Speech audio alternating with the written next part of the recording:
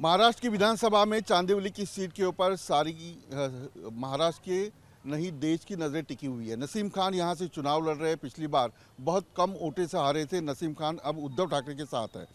मुख्यमंत्री एकनाथ शिंदे यहां रैली करके गए। उद्धव ठाकरे की रैली होने वाली है। क्या मुद्दे रहेंगे?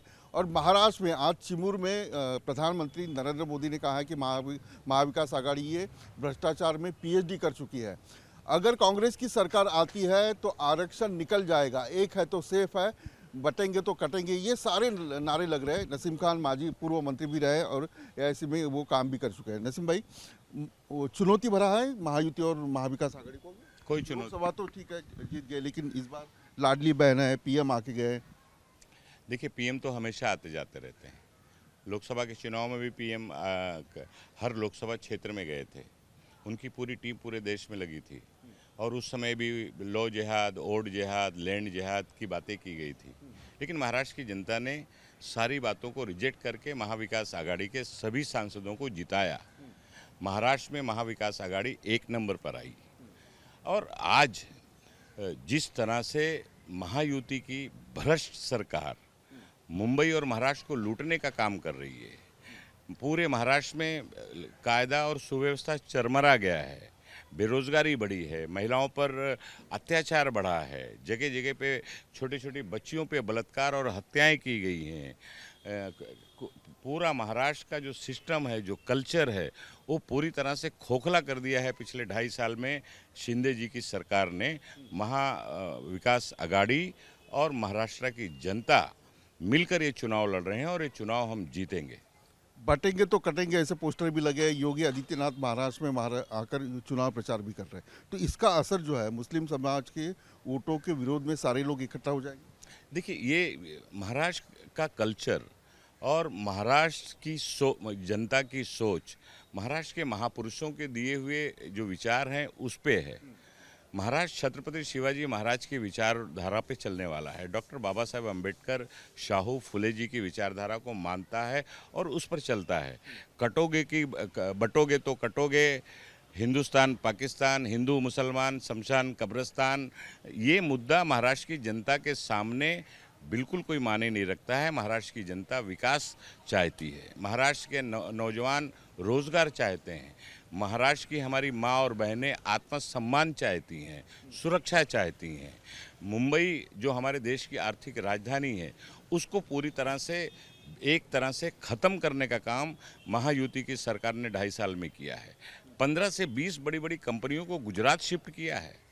महाराष्ट्र के युवकों का जो रोजगार का हक है, जो नौकरी का अधिकार था, उसको छीनने का काम किया है। नौजवान गुस्से में है, महिलाएं गुस्से में है, महाराष्ट्र की जनता गुस्से में है, महाराष्ट्र का किसान गुस्से में है और वो इंतजार कर रहा है कि 20 तारीख कब आए और हम जाकर मशीन पर महाविकास आघाड़ी के उम्मीदवारों को जिताने के लिए बटन दबाएं और 23 तारीख को सरकार बदलें और महाविकास आघाड़ी की सरकार लाएं। आपके प्रचार में, यानी महाविकास आघाड़ी के नेताओं के प्रचार में, जैसे शरद पवार हो, उद्धव ठाकरे हो, इनके प्रचार में गुजरात को रोजगार गया, सब कंपनियां गई, लेकिन बीजेपी के नेता एकनाथ शिंदे और देवेंद्र फडणवीस ये कहते हैं कि ऐसा कुछ नहीं हुआ है, फेक नैरेटिव है। जैसे लोकसभा में फेक नैरेटिव बनाया था, वैसे रोजगार के बारे में या उद्योग के बारे में बनाया गया। आप मुझे बताइए ना, डायमंड मार्केट गई कि नहीं गई?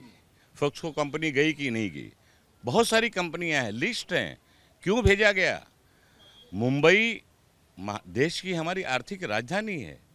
मुंबई में महाराष्ट्र का, विदर्भ का नौजवान, मराठवाड़ा का नौजवान, पश्चिम महाराष्ट्र का नौजवान, कोकण का नौजवान, उत्तर प्रदेश, बिहार, बंगाल, पूरे देश का नौजवान मुंबई में आता है, एक सपना लेके आता है ताकि हमें वहाँ रोजी रोजगार मिलेगी, नौकरी मिलेगी, माँ बाप की सेवा करने का अवसर मिलेगा। लेकिन इन लोगों ने 2.5 साल के अंदर मुंबई को बेचने का काम किया है, गुजरात के हाथ गिरवी रखने का काम किया है।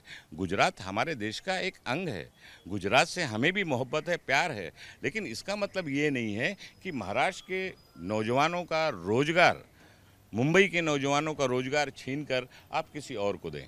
ये चीज़ ना हम बर्दाश्त करेंगे, ना मुंबई और महाराष्ट्र का नौजवान और महाराष्ट्र की जनता बर्दाश्त करेगी। एक है तो सेफ है, थोड़ा मुश्किल भरा लगता है। बीजेपी प्रचार कर रही है, पीएम मोदी बात कर रहे हैं। मोदी जी अगर ये बात कहते हैं, मन से कहते हैं कि एक है तो सेफ है, तो हम उसका स्वागत करेंगे, क्योंकि तो कांग्रेस की लाइन रही है। सन 47 के पहले कांग्रेस ने यही तो नारा दिया था, यूनिटी का, एकता का। और आज अगर देश के प्रधानमंत्री यूनिटी की बात करते हैं, एकता की बात करते हैं, एक है तो सेफ की बात करते हैं, वो किस संदर्भ में कहते हैं ये उनको पता होगा, लेकिन हम उसको इस संदर्भ में लेते हैं कि देश की एकता, अखंडता, यूनिटी, एकता जो कांग्रेस की सोच रही है, बाबा साहेब अम्बेडकर जी ने जो दिया हुआ संविधान, लोकतंत्र, उसका जो एक अंग है, उसको हम मजबूत करना चाहते हैं। हमारा साथ उसका है। मुस्लिम के बारे में और संविधान के बारे में एक फेक नैरेटिव बनाया गया, ये सीधा सीधा आरोप है। ये तो आरोप, विकास आघाड़ी के नेताओं ने बनाया।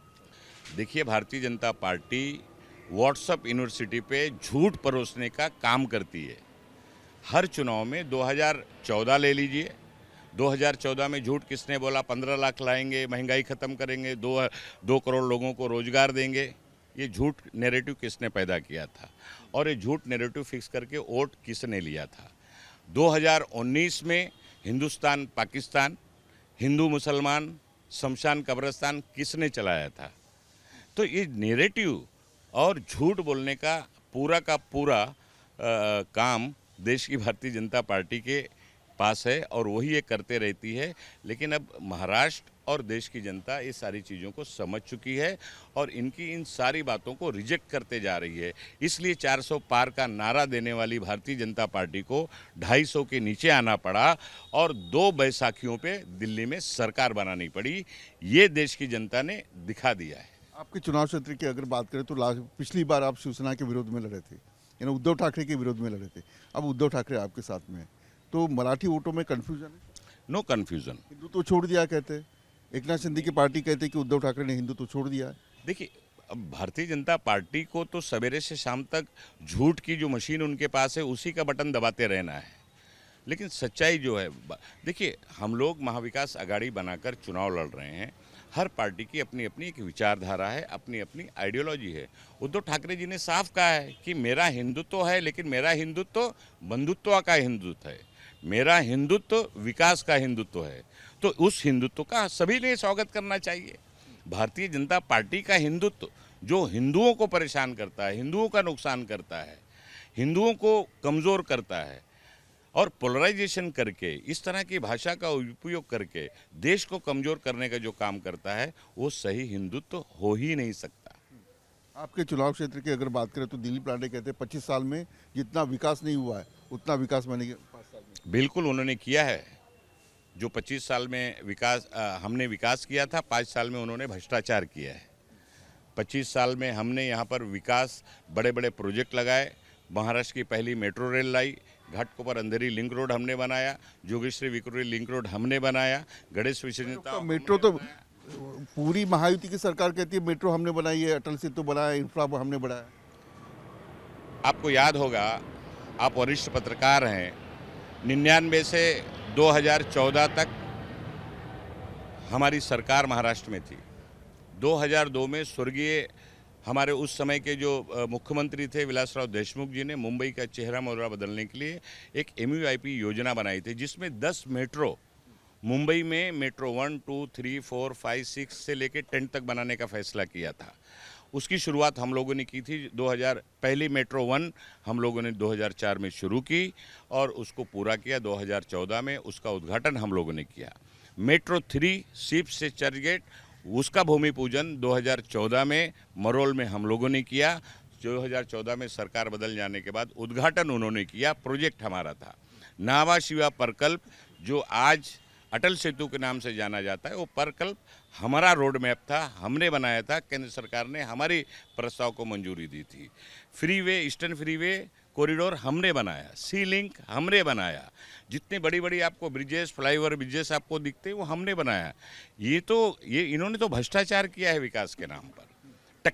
टक्केवारी की सरकार है महाराष्ट्र में 2.5 साल से। आम आदमी कह रहा है, आम जनता कह रही है, कॉन्ट्रैक्टर कह रहे हैं, व्यापारी कह रहे हैं, बिजनेसमैन कह रहे हैं, ये मैं नहीं कर रहा हूँ, दुनिया भर की रिपोर्ट आई हैं, सब पे आरोप लगा हुआ है। तो ये सरकार पूरे आरोपों के घेरे में है। इस सरकार में फिर कहना चाहता हूँ, इस सरकार ने, शिंदे जी की सरकार ने महाराष्ट्र को लूटने का काम किया है। चांदौली भी अगर बात करें चांदौली की, तो आपका क्या विजन है चांदौली के बारे में? एयरपोर्ट बगल में है, यहाँ मेट्रो रेल बन रही है। देखिए, हमारा विज़न विकास का रहा है। मैं हमेशा कहता हूँ कि मेरी राजनीति आज की जिस तरह की राजनीति हो रही है, मैं वो राजनीति नहीं करना चाहता। हमारी विचारधारा, हमारा काम करने का तरीका, हमारी राजनीति है एरिया का विकास करना, शहर का विकास करना, राज्य का विकास करना। हमारी राजनीति है अगर किसी पर अन्याय हो रहा है तो उस अन्याय के खिलाफ लड़ाई लड़के उसको न्याय दिलाना। हमारी राजनीति है हिंदू, मुस्लिम, सिख, ईसाई एकता जो है, हमारे देश का जो ढांचा है उसका ताना बाना मजबूत हो, उसके लिए काम करना। वो राजनीति में हम लोग विश्वास करते हैं। कुकर घोटाला, हमारे यहाँ पे कुकर घोटाला करने वाले लोग वहाँ हैं, साड़ी घोटाला करने वाले लोग वहाँ हैं, लैंड घोटाला करने वाले लोग वहाँ हैं, शौचालय बनाकर भाड़े पे चलाने वाले लोग वहाँ हैं, जो विकास के लिए निधि आती है वो कागज़ पर काम कर कर भ्रष्टाचार करने वाले वहाँ हैं। तो वो 5 साल में उन्होंने किया जो 25 साल में यहाँ नहीं हुआ है। इसलिए चांदीवली की जनता 20 तारीख का इंतज़ार कर रही है।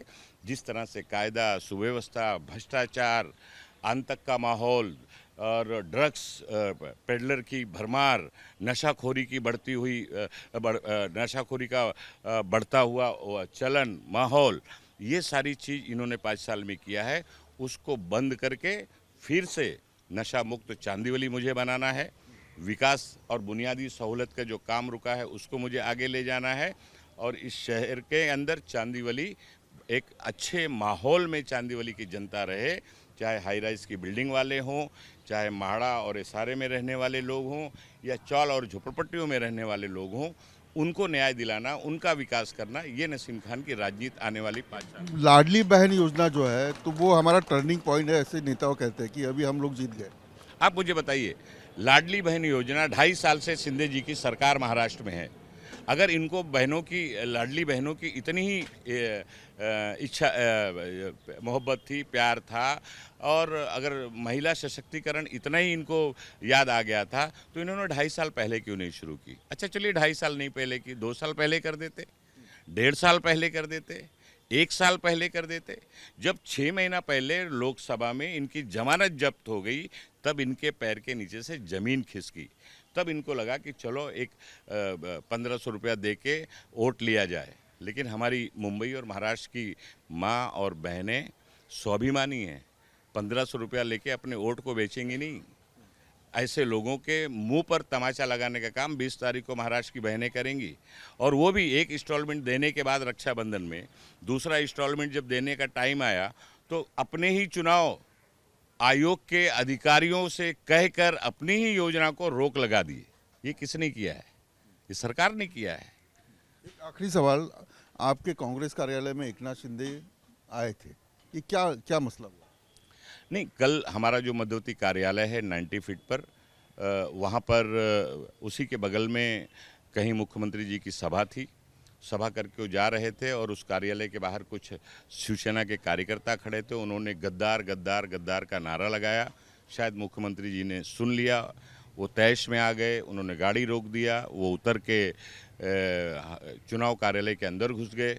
वहाँ पे साईनाथ कटके के नाम से हमारे जो उस विभाग के शाखा प्रमुख हैं वहाँ बैठे थे, उनके साथ कुछ उन्होंने आर्गूमेंट किया, बहसबाजी की। सो इस तरह की घटनाएं हुई। मैं उस मुद्दे का राजनीतिकरण नहीं करना चाहता। मैं राजनीति नहीं उस पर राजनीति नहीं करना चाहता। लेकिन एक बात जरूर कहना चाहता हूँ, महाराष्ट्र का मुख्यमंत्री की एक गरिमा होती है, क्योंकि ये यशवंतराव चौहान जैसे हमारे मुख्यमंत्री रहे हुए लोग हैं, विलासराव देशमुख जैसे, शंकरराव चौहान जैसे, सुधाकर राव नाइक जैसे बहुत सारे बड़े बड़े मुख्यमंत्रियों ने इस राज्य का मुख्यमंत्री के पद को निभाया, अंतुले साहब जैसे लोग।